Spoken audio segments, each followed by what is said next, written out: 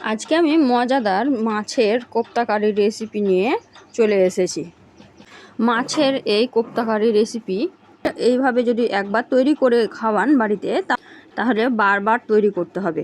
কারণ এই কোপ্তা কারিটা এতটাই মজাদার হয় যে একবার খেয়ে মন ভরবে না। এতটাই টেস্টি হয় যে বারবার খেতে ইচ্ছা করে। আর মাছে কাঁটা থাকে বলে অনেকেই মাছ খেতে পছন্দ করে না, কিন্তু এইভাবে যদি কোপ্তা কারির রেসিপি তৈরি করে দেন তাহলে বাচ্চা থেকে বড় সবাই তৃপ্তি করে খেতে পারবে। আবার অনেকে মাছ খেতে পছন্দ করে না, কিন্তু এইভাবে যদি মাছের কোপ্তা কারি বানিয়ে দেন তাহলে জানতেও পারবে না আর মাছটাও খাওয়া হয়ে যাবে। আসসালামু আলাইকুম, কেমন আছেন সবাই? আশা করি সবাই ভালো আছেন, সুস্থ আছেন। আমরাও আলহামদুলিল্লাহ খুব ভালো আছি, সুস্থ আছি। সোনালি রান্নাঘর উইথ ভিলেজ ফুড চ্যানেলে আপনাদের প্রত্যেকে স্বাগত জানাই। আজকের এই মাছের কোপ্তা কারি রেসিপি তৈরি করার জন্য প্রথমে মাছগুলোকে আমি কেটে ধুয়ে পরিষ্কার করে নিয়েছি। এখানে আমি গ্লাস কাপ মাছ দিয়ে তৈরি করছি, আপনারা চাইলে যে কোনো মাছ দিয়েই তৈরি করতে পারেন। এই তো ভালোভাবে পরিষ্কার করে ধুয়ে নিয়েছি। এখন আমি এগুলোকে সিদ্ধ করে নিব। জল গরম করতে দিয়ে দিয়েছি সিদ্ধ করার জন্য। জলের মধ্যে দিয়ে দিলাম 1 চা চামচ লবণ আর 1 চা চামচ হলুদ। লবণ আর হলুদ দিয়ে মাছটা ভালোভাবে সিদ্ধ করে নেব। হলুদটা দিলে মাছের আঁশটা ভাবটা দূর হয়ে যায়, তার জন্য হলুদটা দিয়েছি। আপনারা চাইলে দিতে পারেন, না হলে না দিতে পারেন, কিন্তু হলুদটা দিলে আপনার আঁশটা ভাবটা থাকবে না।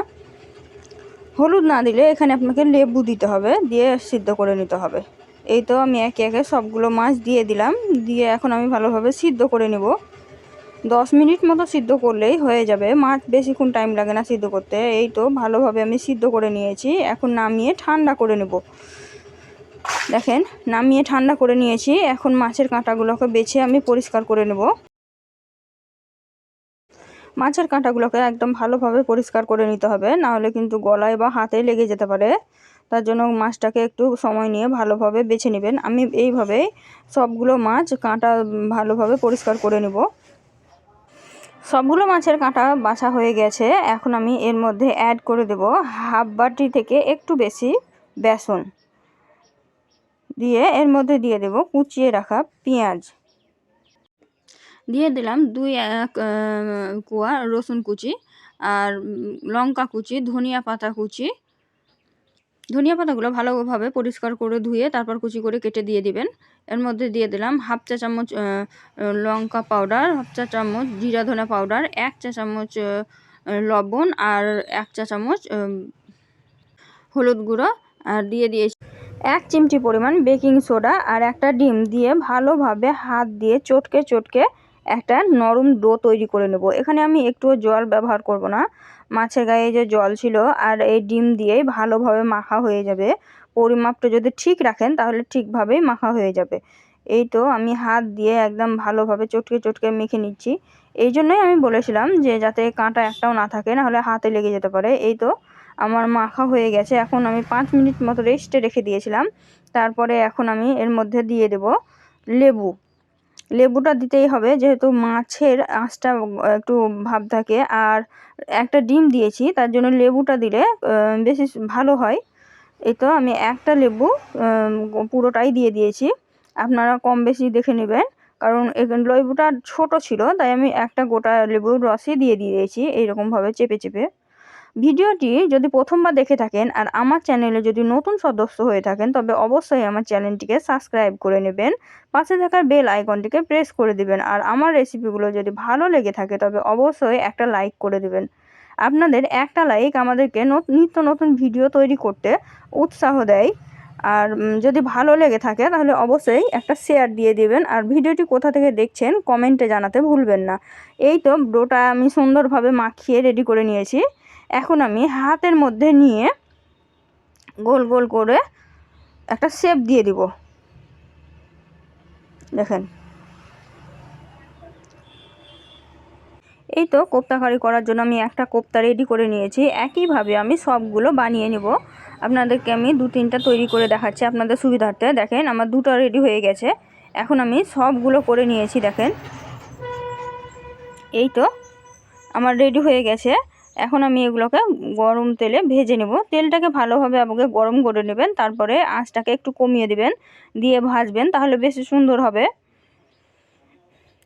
এই তো আমি একে একে সবগুলো কোপ্তা দিয়ে দিচ্ছি। প্রথমে আমি 4টা কোপ্তা দিয়ে ভেজে নিচ্ছি। দেখেন এইভাবে আপনারা উল্টিয়ে পাল্টিয়ে ভালোভাবে লাল করে ভেজে নেবেন। মাছের এই কোপ্তাগুলো যদি লাল লাল করে ভেজে এইভাবে এমনি গরম গরম যদি খান তাহলেও কিন্তু খুব মজা লাগে। এই তো দেখেন কত সুন্দর হচ্ছে।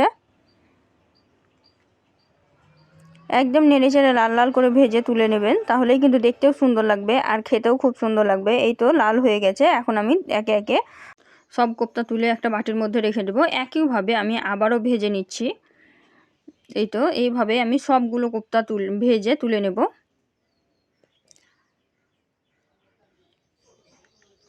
সবগুলো কোপ্তা আমি ভেজে নিয়েছি, দিয়ে একটা বাটির মধ্যে নিয়ে নিয়েছি। দেখেন এমনিতেই কতটা লোভনীয় লাগছে, এমনিতেই গরম গরম খেলে কিন্তু খুব মজা লাগে। এখন আমি কোপ্তা কারি তৈরি করব, তার জন্য আমি এখানে মশলাটা রেডি করব। তার জন্য আমি নিয়েছি পেঁয়াজ কুচি, আদা রসুন কুচি, আর দিয়ে দেব এর মধ্যে গোটা জিরা।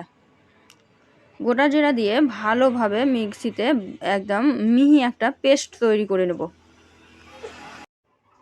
পেস্টটা তৈরি করে নিয়েছি। এখন আমি কড়াইয়ে বসিয়ে দিয়েছি। কড়াইয়ে দিয়ে দিলাম তেল। তেলটা একটু গরম করে নিয়ে এর মধ্যে দিয়ে দেব 2টা তেজপাতা। এই তো তেলটা গরম হয়ে এসেছে। এখন এর মধ্যে আমি তেজপাতা দিয়ে দিলাম। দিয়ে আমি যে মশলাটা রেডি করে রেখেছিলাম সেই মশলাটা আমি পুরোটাই দিয়ে দিলাম। দিয়ে ভালোভাবে নেড়ে চেড়ে একটু কষিয়ে নেব। এই মশলাটা আপনি যত ভালোভাবে তৈরি করবেন আপনার কোপ্তা কারির স্বাদটাও ততটাই সুন্দর হবে। দেখেন আমি ভালোভাবে একদম নাড়াচাড়া করে একটু ভালোভাবে কষিয়ে নিলাম। দিয়ে এর মধ্যে এখন দিয়ে দিব কুচিয়ে রাখা টমেটো। এখানে একটা টমেটো আমি দিয়েছি। দিয়ে এর মধ্যে দিয়ে দেব 1 চা চামচ লবণ। যেহেতু ওইখানে লবণ দেওয়াই আছে তাই খুব বেশি লবণ দেব না।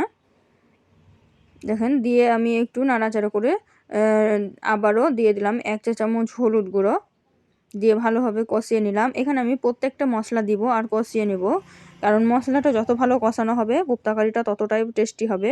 এবারে দিয়ে দিলাম আমি পরিমাণ মতো লঙ্কা গুঁড়ো। এখানে ছোট থেকে বড় সবাই খাবে, তার জন্য লঙ্কার পরিমাণটা আমি একটু কম দিয়েছি।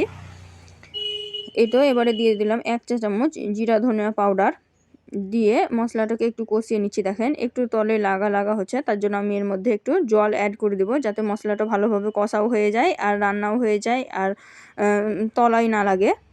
এই তো দিয়ে আমি ভালোভাবে নাড়িয়ে চাড়িয়ে কষিয়ে নিচ্ছি। এই মশলাটা ততক্ষণ পর্যন্ত কষাতে হবে যতক্ষণ না টমেটোগুলো গলে যাচ্ছে আর মশলা থেকে একদম তেল ছেড়ে দিচ্ছে, ততক্ষণ পর্যন্ত নাড়াচাড়া করে ভালোভাবে কষিয়ে নিতে হবে। ভিডিওটা যদি একটু ভালোভাবে লক্ষ্য করেন তাহলেই বুঝতে পারবেন যে কেমন হবে তা। ভিডিওটি যদি আপনি ফেসবুক থেকে দেখে থাকেন তবে অবশ্যই আমার ফেসবুকের পেজটিকে ফলো করে নেবেন। মশলাটা আমি ভালোভাবে কষিয়ে নিয়েছি। দেখেন মশলাতে একদম তেল ছেড়ে দিয়েছে। এখন এই পর্যায়ে আমি কোপ্তাগুলো দিয়ে দিব। দিয়ে ভালোভাবে নাড়াচাড়া করে একটু কষিয়ে নিব। এই তো দেখেন আমি একটু নাড়াচাড়া করে মশলাগুলো মিশিয়ে কষিয়ে নিলাম। এখন আমি এর মধ্যে জল অ্যাড করে দিলাম।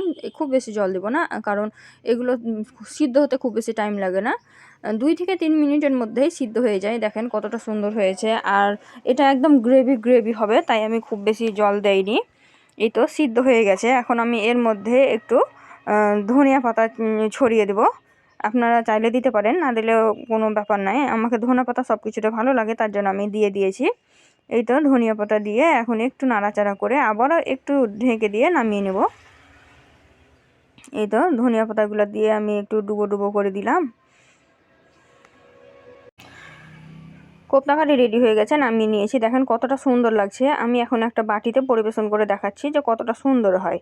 এই তো দেখেন প্রত্যেকটা পিস একদম গোটা ছিল, ভাঙেনি একটুও, একদম সুন্দর হয়ে আছে আর সিদ্ধ হয়েছে সুন্দর, আর খেতে তো দুর্দান্ত হয়েছিল।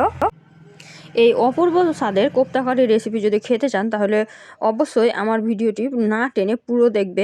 আর যদি বাড়িতে তৈরি করেন তাহলে কেমন হয়েছিল কমেন্টে জানাতে ভুলবেন না। মাছের এই কোপ্তা কারি রেসিপি যদি ভালো লেগে থাকে তবে অবশ্যই একটা লাইক করে দেবেন। আর এই ধরনের নিত্য নতুন ভিডিও পেতে আমার চ্যানেলটিকে সাবস্ক্রাইব করে দেবেন। পাশে থাকা বেল আইকনটিকে প্রেস করে দেবেন সবার আগে রেসিপির নোটিফিকেশনগুলো পাওয়ার জন্য। দেখা হবে এই ধরনের অন্য কোনো রেসিপি নিয়ে। ততক্ষণ সবাই ভালো থাকবেন, সুস্থ থাকবেন। খোদা হাফিজ।